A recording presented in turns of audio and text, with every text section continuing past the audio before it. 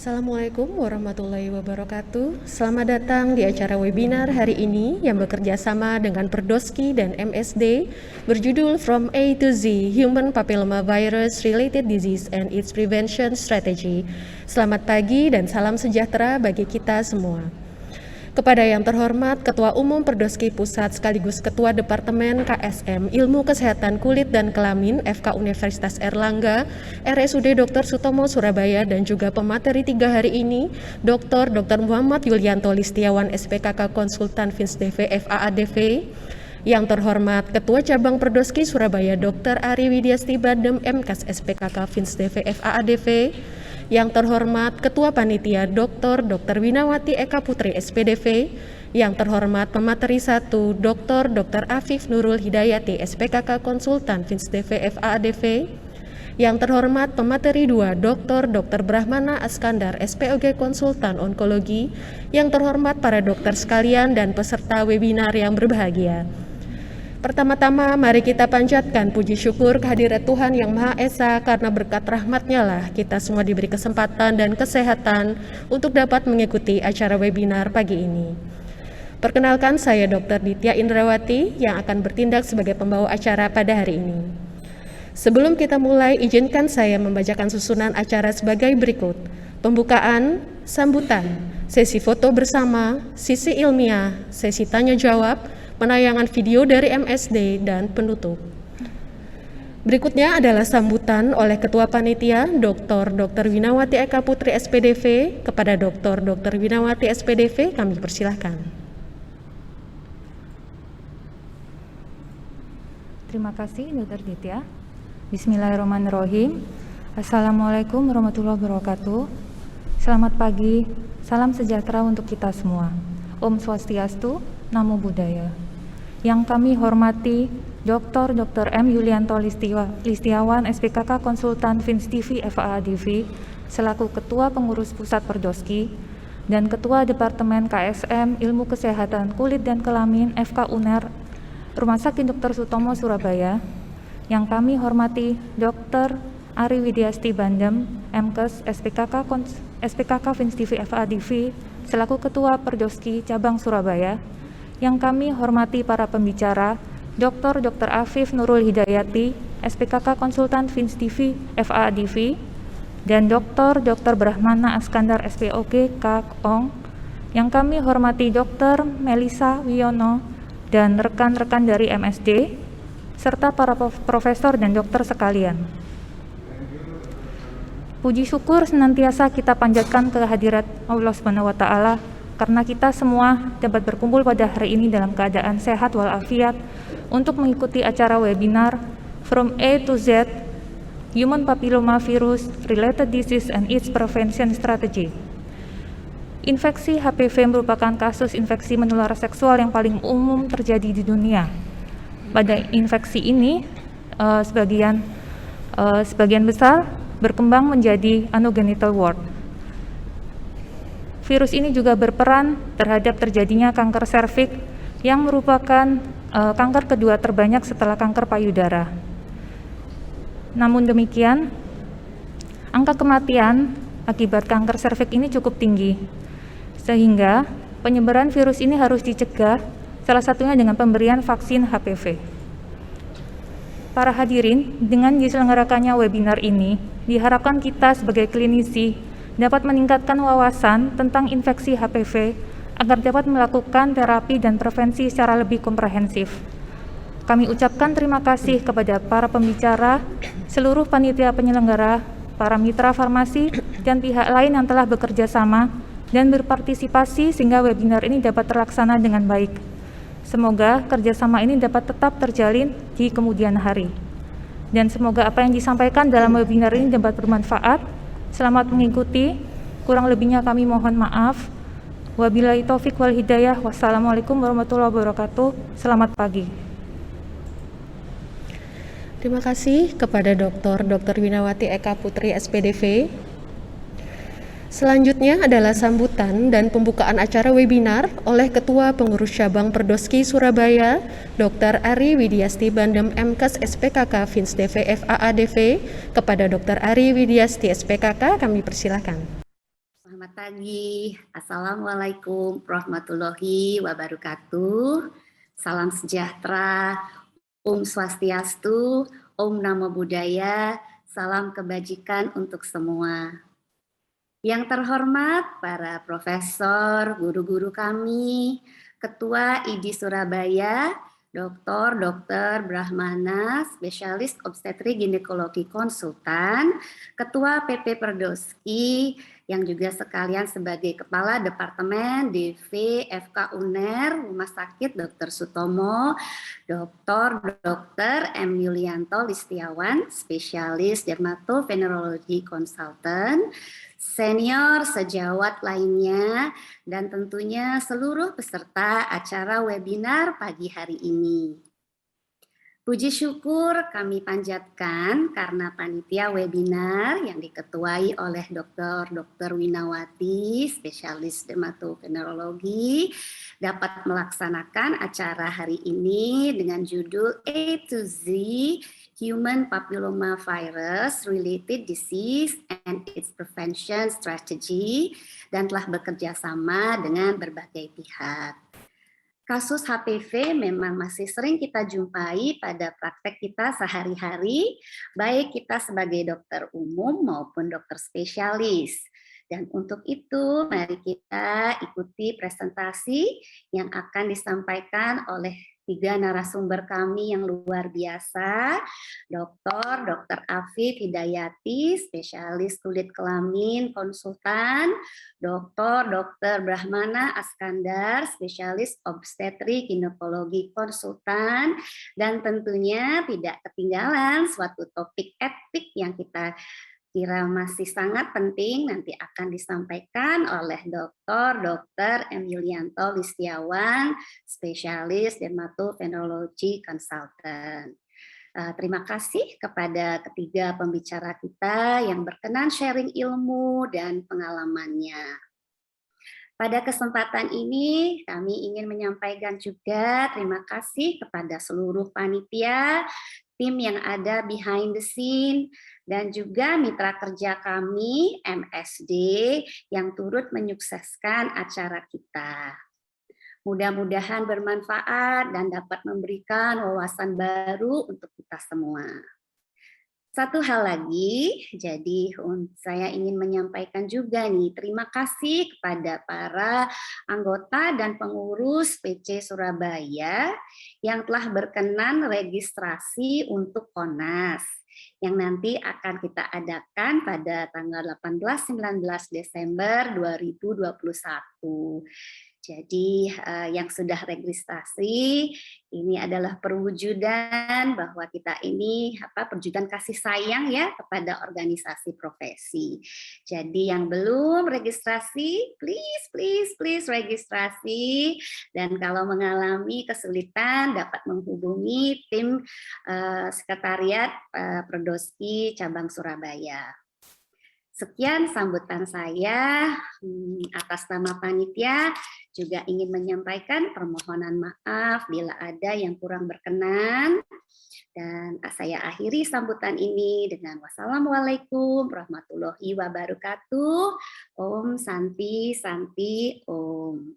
Berikutnya adalah sesi foto bersama. Dimohon untuk para panitia serta para pemateri untuk menyalakan videonya. Ya, baik, terima kasih. Menginjak ke acara utama, yaitu sesi ilmiah yang akan dipandu oleh moderator Dr. Melissa Wiono. Kepada Dr. Melissa Wiono, waktu dan tempat kami persilakan. Terima kasih kepada MC. Assalamualaikum warahmatullahi wabarakatuh. Selamat pagi kepada para guru besar, senior, dan sejawat sekalian. Selamat datang di webinar Perdoski. Perkenalkan, saya dengan Dr. Melissa Wiono dari Medical Department Medical MSD Indonesia yang akan menjadi moderator pada kesempatan kali ini. Sebelumnya saya hendak mengucapkan terima kasih kepada Ketua Panitia, Dr. Winawati, kepada Dr. Ari, dan segenap jajaran dari Panitia atas terselenggaranya webinar Perdoski pada kesempatan kali ini. Pada kesempatan kali ini juga kita akan berbagi wawasan dan informasi ataupun update mengenai HPV Dan seperti yang kita ketahui semua bahwa virus HPV ini selain dapat menyebabkan kasus keganasan seperti cervical cancer, namun juga dapat menyebabkan kasus genital warts atau kutil kelamin yang mana juga dikelompokkan sebagai penyakit menular seksual. Dan pada kesempatan kali ini telah hadir narasumber kita yang akan memberikan materi, Dr. Afif Nurul Hidayati, spesialis dermatovenerologi konsultan, Dr. Brahmana Skandar, spesialis obstetri ginekologi konsultan onkologi, dan Dr. Muhammad Yulianto Listiawan, spesialis dermatovenerologi konsultan. Dan juga saya hendak mengingatkan bahwa webinar ini juga ber-SKP, jadi diharapkan untuk rekan sejawat dapat mengikuti webinar ini hingga selesai. Dan jika selama presentasi sejawat memiliki pertanyaan yang ingin ditanyakan kepada narasumber, silakan dituliskan di kolom komentar atau chat box dan dapat ditulis pertanyaan tersebut ditujukan kepada nama narasumber yang bersangkutan. Tanpa memperpanjang waktu, izinkan saya untuk memperkenalkan pemateri kita yang pertama, yakni Dr. Afif Nurul Hidayati, spesialis dermatovenerologi konsultan. Beliau saat ini menjabat sebagai manajer pendidikan Rumah Sakit Pendidikan Universitas Airlangga Surabaya. Beliau juga merupakan anggota Komite Etik Penelitian Kesehatan FK UNER dan juga anggota Komite Etik Penelitian Kesehatan KEPK Rumah Sakit UNER. Dan beliau menyelesaikan pendidikan kedokteran, spesialis ilmu kesehatan kulit dan kelamin dari Universitas Airlangga, begitupun dengan program S3 atau pascasarjana di Fakultas Kedokteran Universitas Airlangga. Dan beliau saat ini juga sangat aktif di Universitas Airlangga Surabaya. Mungkin tanpa panjang waktu, saya hendak mengundang Dr. Afif. Silakan untuk waktu dan tempatnya 20 menit. Dr. Melisa selaku moderator, saya izin share screen ya. Baik, Assalamualaikum warahmatullahi wabarakatuh. Bismillahirrahmanirrahim. Yang kami hormati Ketua ID, sejawat saya, sahabat seperjuangan saya waktu S3, Dr. Brahmana Askandar, SPOG konsultan ya dokter. Kemudian yang saya hormati juga Ketua PP Perdoski yang sekaligus Kepala Departemen atasan saya, pimpinan saya, Dr. M. Yulianto Listiawan, SPKK Konsultan, kemudian kepada Dr. Ari selaku Ketua Perdoski Surabaya, beserta pengurus Perdoski Surabaya, kemudian juga para guru besar, senior sejawat semua, dan tak kalah penting terima kasih kepada Ketua Panitia, Dr. Wina dan timnya, serta seluruh pengurus Perdoski, juga kepada PT MSD yang telah memberikan kesempatan kepada saya pagi ini untuk sharing ya, kita nanti saling sharing tentang pengalaman dan sebagainya tentang HPV and genital warts, bagaimana pencegahannya dan kenapa hal itu penting. Jadi nanti saya ingin menyampaikan tentang introduction, kemudian beban yang diakibatkan oleh genital warts, kemudian bagaimana kondisi genital warts di Indonesia, kemudian bagaimana terapi dan prevensinya, dan terakhir summary. Tentang pendahuluan, kita sudah paham semua ya bahwa HPV itu merupakan singkatan dari Human Papilloma Virus, di mana terdiri dari lebih dari 150 tipe. Ini merupakan DNA virus yang tersusun oleh protein E dan L, di mana protein E itu lebih berperan pada replikasi dan sebagainya. Kemudian kalau untuk E6 dan E7 itu nanti akan berperan pada apakah virus itu high risk atau low risk, karena kita tahu bahwa HPV itu ada yang dikategorikan sebagai low risk, artinya mempunyai potensi untuk menimbulkan lesi jinak, tetapi ada sebagian yang termasuk high risk, yaitu mempunyai potensi untuk menimbulkan keganasan. Kemudian ada L1, L2, di mana L1 ini sangat imunogenetik sehingga nantinya akan dipakai sebagai diambil sebagai bagian untuk vaksin, tetapi bukan dari virusnya, tetapi merupakan rekombinan DNA. Virus HPV terdiri dari lebih dari 150 tipe, di mana bisa mengakibatkan berbagai macam kelainan, mau jinak maupun ganas, dan yang paling sering menyebabkan kondiloma acuminata atau genital warts adalah tipe 6 dan 11. Tapi kita harus ingat bahwa ada keganasan-keganasan lain yang disebabkan oleh virus HPV ini oleh tipe-tipe yang lain seperti 16, 18, dan sebagainya. Dan ternyata referensi terakhir tahun 2019 itu di sini sudah dikatakan bahwa anogenital warts atau kondilomata acuminata itu selain disebabkan oleh tipe 6 dan 11, tetapi juga disebabkan oleh tipe HPV yang lain. Di antaranya tipe 16, seperti nanti di beberapa penelitian yang akan saya share.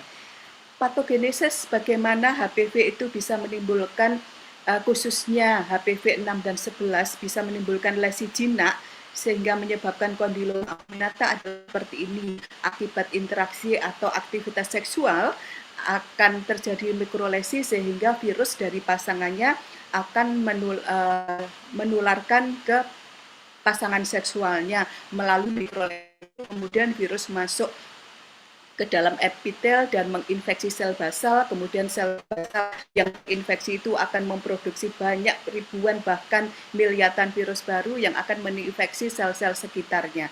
Kemudian sel yang terinfeksi tersebut akan mengikuti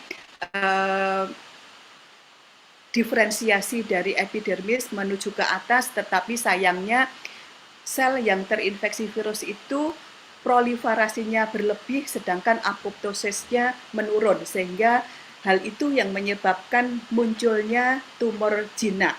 Khusus untuk HPV 11 menyebabkan kondiloma acuminata yang merupakan lesi jinak, tetapi ternyata penelitian terakhir terbaru ternyata kondiloma acuminata juga bisa disebabkan oleh tipe yang lain, terutama yang termasuk tipe high risk seperti 6, 16, 18, dan sebagainya. Kalau gejala khasnya ada 4 morfologi kondiloma acuminata itu. Yang khas adalah yang cauliflower-like appearance, kemudian tetapi ada yang juga berupa papul-papul saja, ada yang berupa kelainan seperti keratotik, tetapi ada juga yang flat top papul. Tapi kita harus ingat bahwa selain 4 kelainan tadi, itu ada kelainan yang disebut, ada kelainan yang disebut erythroplasia of Poirot. Ini merupakan squamous cell carcinoma in situ atau disebut Bowen disease atau Bowenoid papulosis. Tetapi ini sebetulnya yang lebih tepat merupakan proses intraepithelial neoplasia. Ini merupakan lesi premalignan intraepithelial, ya, di mana kalau misalnya terjadi pada vulva namanya vulval intraepithelial neoplasia, kalau di vagina vaginal intraepithelial neoplasia, kalau pada penis penile intraepithelial neoplasia, pada anal intraepithelial neoplasia. Ini juga selain faktor lain, genetik dan sebagainya, peran HPV tipe high risk juga sangat penting terhadap kejadian kelainan ini. Satu lagi yaitu kelainan giant kondilomata acuminata. Jadi ini merupakan kondiloma acuminata yang sangat besar sehingga disebut giant. Ini memang mayoritas disebabkan oleh tipe 6 dan 11, terutama 11, tetapi ini sangat mengganggu, dan karena giant dan dia infeksinya lebih sering persisten, ada kemungkinan untuk transformasi ke arah keganasan. Kemudian sebetulnya seberapa besar sih beban yang diakibatkan oleh penyakit ini pada pasien maupun masyarakat? Jadi di sini kita bisa lihat tentang etiologi dari genital warts pada wanita maupun laki-laki. Ternyata mayoritas genital warts itu diderita oleh kaum wanita maupun laki-laki pada umur 30 sampai 45 tahun yang merupakan seksual aktif, ya. Dan ternyata setelah diteliti waktu yang diperlukan antara infeksi HPV 6 dan 11 itu terjadi kemudian sampai menimbulkan gejala klinis berupa genital warts itu memerlukan waktu rata-rata 4 sampai 8 bulan. Penelitian ini cukup banyak subjeknya dan melibatkan banyak negara antara lain Australia, Kanada, USA, Italia, kemudian Jerman dan Perancis. Bagaimana pada wanita? Penelitian ini dilakukan juga di United States, ini mensupport penelitian yang sebelumnya, bahwa ternyata pada wanita lebih banyak didapatkan pada usia 15 sampai 39 tahun, sedangkan pada laki-laki penelitian di United States juga itu mayoritas didapatkan pada 31 sampai 44 tahun. Kemudian penelitian tentang HPV infection in men, yaitu dibandingkan dengan pada wanita di Brasil, kemudian di Meksiko, di United States, ternyata laki-laki lebih banyak menderita infeksi HPV dibandingkan wanita. Salah satu masalah yang sangat memberikan dampak baik psikis maupun fisik serta psikologis terhadap pasien adalah rekarensi atau kekambuhan. Walaupun kondiloma acuminata atau genital warts ini merupakan pertumbuhan tumor jinak, tetapi rekarensinya sangat tinggi. Jadi itu yang sering membuat frustasi pasiennya, karena setelah diobati kambuh lagi, diobati kambuh lagi. Dan tidak hanya pasiennya, seringkali juga dokternya juga frustasi juga ya, artinya kasihan pasiennya juga karena pasiennya sering datang berulang dengan penyakit yang sama. Lesi yang lama sembuh, muncul lagi lesi baru, atau bahkan lesi lama belum sembuh, itu sudah muncul lesi baru, baik di tempat yang sama maupun di sekitarnya atau di tempat lain. Dan ternyata dari penelitian secara keseluruhan, recurrency rate-nya penyakit ini cukup tinggi, yaitu 110 di antara 100.000 wanita dan 163 di antara 100.000 pria. Penelitian lain di Jerman pada wanita ini tingkat rekarensi yang tertinggi pada umur 26 sampai 45 tahun. Jadi pada wanita yang baru mengalami infeksi kemudian diteliti seberapa banyak sih rekarensinya, ternyata yang paling mengalami kejadian rekarensi yang paling sering adalah wanita usia 26 sampai 45 tahun. Kemudian bagaimana progresi lesi yang berupa genital wart atau extragenital lesion atau lesi pada genitalia eksternya, didapatkan data bahwa untuk yang disebabkan oleh tipe HPV 6 itu yang mengalami progresi menjadi lesi extragenital lesion itu sebesar 24,9% dalam waktu 7,8 bulan. Untuk HPV 11 23,3% dalam waktu rata-rata 4,1 bulan. HPV 16 yang mengalami progresi 1,1% dalam waktu rata-rata 7,4 bulan, dan HPV 18 yang mengalami progresi 0,7% dalam waktu rata-rata 5,7%. 5,7 bulan rata-rata ya. Kemudian bagaimana sih potensi penularan antara wanita dan laki-laki jika beraktivitas seksual? Ternyata secara umum akan terjadi penularan akibat aktivitas seksual itu sebesar 4,2% ya. Mohon maaf, 4,2 orang per 100% bulan. Jadi, dan ternyata penularan dari wanita ke laki-laki, wanita ke pria itu jauh lebih besar dibandingkan penularan dari laki-laki ke wanita. Penularan wanita ke laki-laki 5,6 per 100% man, kalau laki-laki ke wanita 3,5 per 100% man. Jadi ini penularan dari wanita ke laki-laki itu 60% lebih dibandingkan penularan dari laki-laki ke wanita. Dan pada laki-laki clearance rate-nya, clearance rate HPV itu lebih rendah dibanding wanita. Pada laki-laki 26%, pada wanita 30%. Kemudian tentang serokonversi, bagaimana jika seseorang terinfeksi HPV, awalnya antibodinya masih negatif, kemudian setelah terjadi infeksi antibodinya positif. Ini untuk yang infeksi alami ya, itu ternyata rata-rata untuk serokonversi itu hanya 7,7% ya. Memang tertinggi pada HPV 6, kemudian HPV 11, kemudian 16 dan 18. Apa maknanya angka yang 7,7% ini? Ternyata clearance rate-nya cukup rendah, sehingga itu yang mungkin mengakibatkan infeksi HPV ini seringkali persisten, sehingga seringkali menyebabkan rekarensi.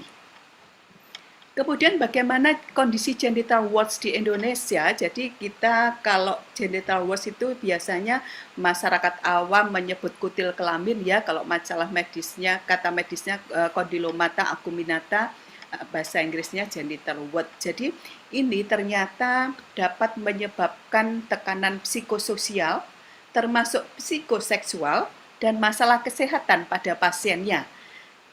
Apa saja masalahnya? Misalnya pasien yang menderita kondiloma acuminata itu mengalami tekanan psikososial dan psikoseksual, sehingga kepercayaannya diri menurun, rasa malu dan kecemasan. Kenapa demikian? Kita bisa bayangkan kalau ada lesi di genitalia, pasti itu akan berdampak pada rasa percaya diri, malu, kemudian selain rasa nyeri, gatal, sensasi terbakar, dan perdarahan, baik dalam hubungan sosialnya maupun apalagi hubungan seksual dengan pasangannya.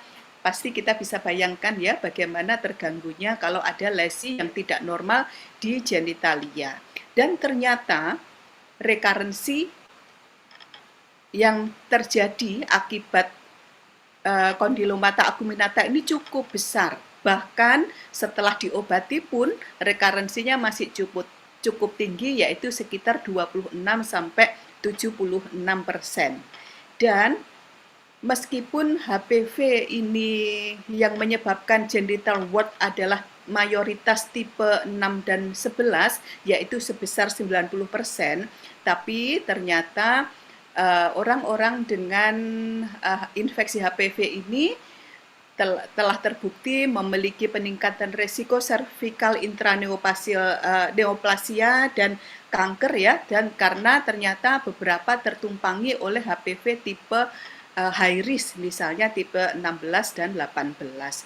Di tabel ini, di gambar ini bisa kita lihat bagaimana peningkatan kejadian kondiloma acuminata dari tahun 1998 meningkat sangat pesat pada 2007 sampai 2011. Ini merupakan data dari 12 rumah sakit pendidikan di Indonesia, belum data dari rumah sakit yang lain ya. Jadi pada tahun 2007 sampai 2011 ternyata kondiloma acuminata itu menduduki peringkat ketiga terbesar di antara infeksi menular seksual yang lain. Dan di 6 kota yaitu Medan, Jakarta, Bandung, Semarang, Jogja, dan Denpasar, bahkan kondiloma acuminata itu menduduki peringkat pertama di antara IMS atau infeksi menular seksual yang lain, dan usia terbanyak didapatkan pada usia reproduktif atau usia seksual aktif, yaitu usia 25 sampai 45 tahun.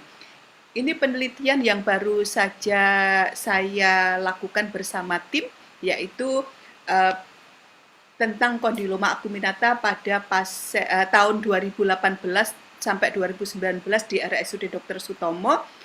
Ternyata kejadiannya juga cukup tinggi. Dalam 1 tahun itu didapatkan 66, kemudian 2019 57, dan paling banyak didapatkan pada kaum heteroseksual, kemudian homoseksual, dan bisa didapatkan juga pada kaum biseksual. Nah, ini penelitian saya sebetulnya sudah agak lama, tahun 2009, ternyata cukup relevan dengan kondisi saat ini, di mana akhirnya banyak juga pembuktian bahwa HPV yang menyebabkan kondiloma acuminata itu ternyata tidak hanya tipe 11 dan 6. Ternyata penelitian saya pada tahun 2009 ini juga saya mendapatkan bahwa 12 dari 22 12 dari 28 pasien kondiloma acuminata itu ternyata juga didapatkan infeksi HPV 16 ya. Kenapa ini penting? Karena kita tahu HPV 16 itu merupakan tipe high risk, jadi kita perlu waspada. Jangan-jangan nanti bisa berubah menjadi keganasan gitu ya. Tetap 15 sampai 24 tahun mayoritas pasien yang menderita, kemudian ini bisa kita lihat rekarensi ini 83,4%, cukup tinggi ya tingkat rekarensinya, dan gambar yang kanan itu memang mayoritas 58% pasangan dari penderita itu tidak mempunyai lesi kondiloma acuminata di genitalianya, tetapi apakah ini dijamin dia tidak terinfeksi? Tentu saja tidak, karena penelitian saya ini tidak membuktikan dengan pemeriksaan PCR atau yang lain. Jadi belum tentu orang dengan tidak ada manifestasi klinis, kalau dia punya faktor resiko atau punya pasangan yang terinfeksi kondiloma acuminata, belum tentu dia tidak terinfeksi. Mungkin bisa terinfeksi tetapi masih dalam taraf subklinis atau belum muncul lesinya.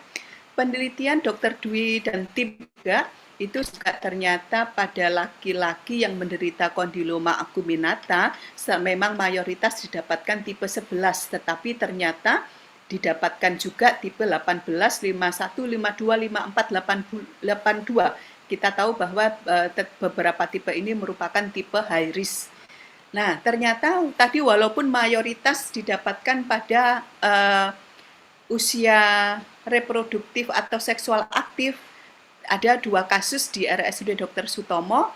Ya, waktu itu kita temukan ya ada 2 kasus kondiloma acuminata itu terjadi pada anak, yaitu pada umur 1 tahun dan 2 tahun. Kalau pada anak-anak ini kita harus curiga apakah akibat dari kekerasan seksual.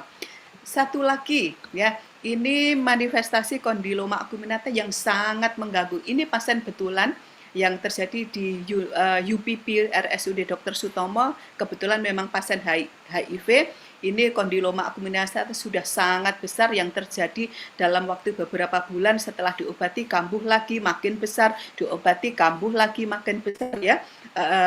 Yang lama belum hilang, muncul lesi yang baru di sekitarnya, sampai pasiennya itu sudah apatis terhadap pengobatan. Akhirnya saat datang itu dia betul-betul pasrah, terserah dokter mau diapakan. Jadi betul-betul sangat apatis karena beberapa kali menerima terapi dengan berbagai macam, tetapi makin tambah besar kondiloma acuminata ini yang disebut giant kondiloma atau Buschke-Lowenstein tumor ya. Ini perlu kita perhatikan ya, bagaimana kita bisa membayangkan pasien ini akan mengalami gangguan baik psikososial maupun psikoseksual. Kemudian bagaimana dengan terapi dan pencegahannya? Kalau untuk terapi ada bermacam-macam terapi, baik terapi topikal maupun fisikal, kemudian agent yang bisa mereduksi maupun mencegah proliferasi, ada yang virusidal, ada yang modulasi imun. Tetapi di PPK kita, PPK Perdoski, bagaimana kita menentukan terapi yang terbaik bagi pasien, itu salah satunya ditentukan oleh ukuran lesi, jumlahnya lesi, dan lokasi lesi. Selain itu juga ketersediaan alat dan obat, juga kenyamanan pasien. Tentu saja pengalaman dokter juga menentukan.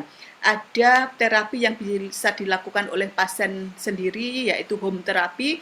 Ada juga terapi yang bisa dilakukan di klinik atau rumah sakit. Untuk contoh yang di home terapi, misalnya podofilotoksin, imiquimod, KOH 5%, 5-fluorourasil, tetapi yang merah ini belum ada di Indonesia.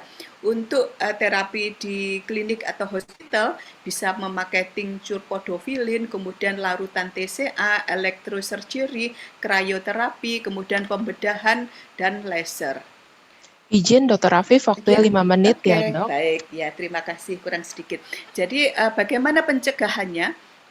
Kalau pencegahannya sama dengan IMS yang lain, yaitu A, B, C, D, E, abstinensia, be faithful, pemakaian kondom jika punya resiko atau sedang terinfeksi, kemudian juga pemilihan obat yang baik dan edukasi, dan yang tidak kalah penting adalah yang nomor 6 ini, vaksin. Jadi memang belum banyak vaksin IMS, tetapi untuk vaksin infeksi HPV sudah ada tersedia di Indonesia. Jadi indikasi vaksin di Indonesia adalah perempuan umur 9 sampai 45 tahun dan laki-laki umur 9 sampai 26 tahun yang diberikan. Kalau untuk usia 9 sampai 13 tahun cukup 2 dosis, tapi kalau misalnya 14 sampai 45 tahun perlu 3 dosis.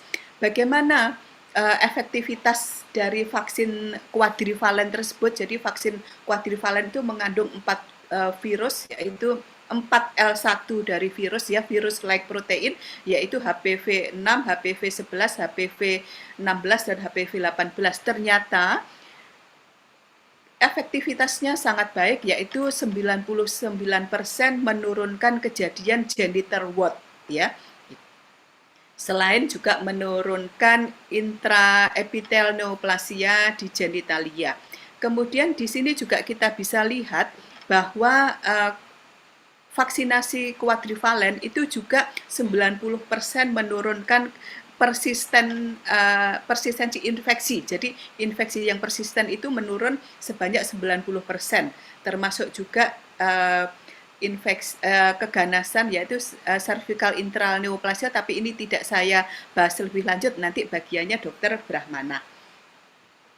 Kemudian juga ternyata ini pada wanita yang divaksin, yang dia sudah menderita infeksi HPV, ternyata juga menurunkan kejadian dari rekarensi sebesar 89,0%.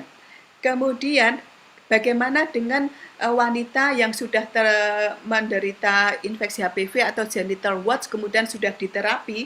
Ternyata vaksin kuadrivalen ini juga bisa sebagai ajuvan terapi dalam hal dia berperan dalam hal untuk mencegah infeksi berikutnya, tetapi juga mencegah rekarensi dari lesi yang sudah ada.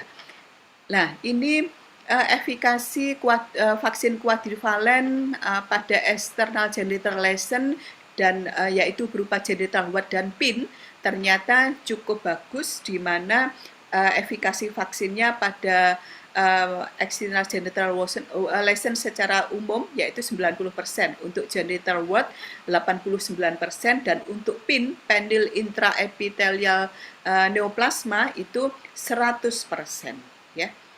Kemudian ini, ya, termasuk untuk mencegah anal intraepithelial neoplasia dan genital wart, ternyata efikasi kuadrivalen vaksin ini cukup bagus, jadi angkanya 95 ke atas, ya, 95% ke atas semua.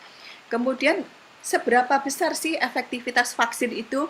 Pada penelitian yang telah dilakukan, ternyata sampai saat ini cukup melindungi, penelitiannya masih 10 tahun, tetapi ini sudah mengarah ke tahun ke-12, ya. Jadi selama 10 tahun itu cukup terproteksi oleh vaksin HPV yang kuadrivalen, vaksin HPV kuadrivalen, ya, itu.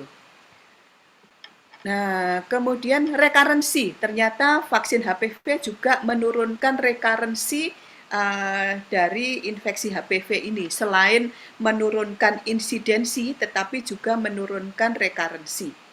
Kemudian, nah ini, ya, penelitian yang sudah dilakukan di Australia, yaitu bagaimana kondisi insidensi infeksi HPV sebelum vaksin dan sesudah vaksin, ternyata cukup bermakna, ya, dalam menurunkan insidensi genital wart, yaitu antara 72 sampai 92% tergantung dari umur yang diteliti.